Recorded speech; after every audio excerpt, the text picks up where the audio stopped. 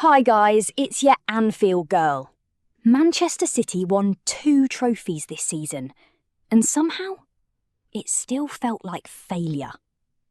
Because for Pep Guardiola's City, there is only one real standard. Did you win the Premier League or not? And this year, Arsenal took it from them.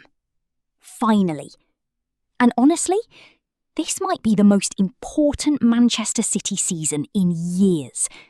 Not because they were bad, but because they looked human.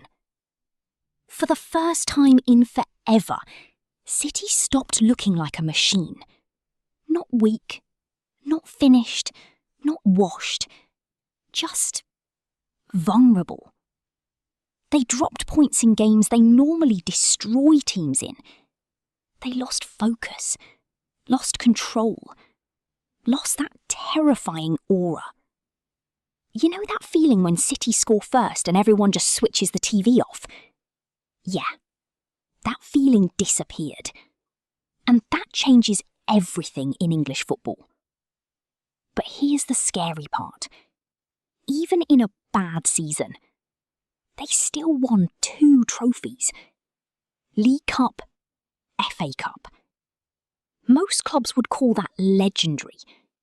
Tottenham fans would build statues for that season. United fans would make documentaries. But for Manchester City, it felt incomplete. Because this team was built to dominate. And suddenly, Arsenal looked hungrier, sharper, more alive. And honestly, you could feel it all season. This wasn't the same City that won the treble. This version was different. More vertical, more physical, more chaotic. Pep changed everything. Because he had to. Kevin De Bruyne declined physically. Rodri got injured again. The old formula stopped working. So Guardiola reinvented the team. Again. And that's why he's a genius.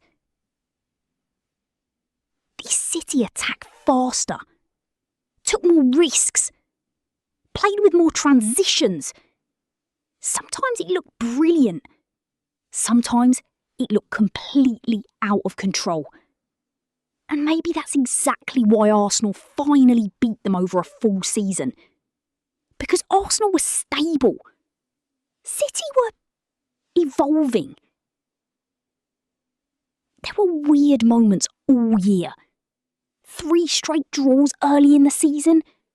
Dropped points against Nottingham Forest. Tottenham again causing chaos. Brighton hurting them. Newcastle hurting them. And fans kept asking the same question. Is this really Pep City? Because old City kills games. This one allowed teams back into matches constantly. And the Champions League. Wow, that was painful. Real Madrid destroyed them at the Bernabeu. Completely destroyed them. And the weirdest thing, the comeback never felt possible. Old City would treat a 3-0 loss like a personal insult. This team accepted it. That's what shocked people most. The fear factor was gone. But then, Pep responded in the most Guardiola way possible. He adapted. Again. The League Cup showed the new City perfectly. Less possession. Less obsession with control. More efficiency. More direct football. It wasn't classic Guardiola football anymore. And honestly, it felt intentional. Like Pep is already preparing City for life after Pep. Crazy thought, right? Because this rebuild feels bigger than just one season. It feels like the beginning of a completely new era. Young players everywhere. New personalities. leaders. And some of them exploded this year. And the Champions League. Wow, that was painful. Real Madrid destroyed them at the Bernabeu. Completely destroyed them. And the weirdest thing, the comeback never felt possible. Old City would treat a 3-0 loss like a personal insult. This team accepted it. That's what shocked people most. The fear factor was gone. But then, Pep responded in the most Guardiola way possible. He adapted. Again. The League Cup showed the new City perfectly. Less possession. Less obsession with control. More efficiency. More direct football. It wasn't classic Guardiola football anymore. And honestly, it felt intentional. Like Pep is already preparing City for life after Pep. Crazy thought, right? Because this rebuild feels bigger than just one season. It feels like the beginning of a completely new era. Young players everywhere. New personalities. New leaders. And some of them exploded this year. But not everybody survived the rebuild. Phil Foden struggled badly. And this was supposed to be his season. The season where he becomes the face of the new City. Instead, he disappeared too often. Lost rhythm. Lost confidence. Lost his players. And eventually, lost his England spot for the World Cup. That's brutal. The defence also became a huge issue.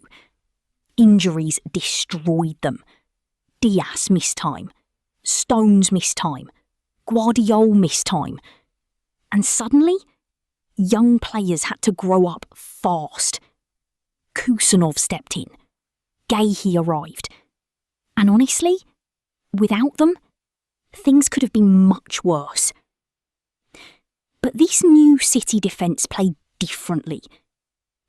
Remember when Pep basically used 4 centre-backs? Safe, controlled, robotic. Not anymore. Now City leaves spaces. Now City gamble. Now games become chaos. 3-3 against Everton. 2-2 against Spurs. 5-4 madness against Fulham. This City scores more chaos goals, but also concedes chaos goals. And maybe that's the price of evolution. Because this season was never really about now. It was about what comes next. Pep knows his era is ending eventually, and he's preparing the club for survival after him. That's why this season matters so much. Because even during a rebuild, City still lifted trophies, still reached huge finals, still terrified Europe, still stayed among the elite. That's insane consistency. Most clubs collapse during transitions. City, they adapt.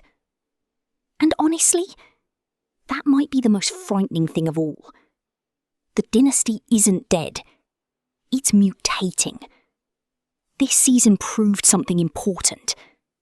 Manchester City are no longer unbeatable, but they're still one of the strongest teams in the world. And if this is them during a rebuild, imagine what happens when the rebuild is finished. That's scary. So was this season successful or not? Honestly, both. They lost the Premier League, lost the Champions League, but they also rebuilt an entire generation, found new stars, changed their style, and stayed relevant at the very top. That's not failure, that's evolution. But now comes the biggest question. What happens after Pep Guardiola? Because replacing great players is possible. Replacing the greatest coach of the modern era? That's a completely different story. And maybe, for the first time in years, Manchester City fans are genuinely nervous about the future. What do you think? Is Manchester City still the best team in England? Or is Arsenal finally taken over? Let me know in the comments. See you at Anfield.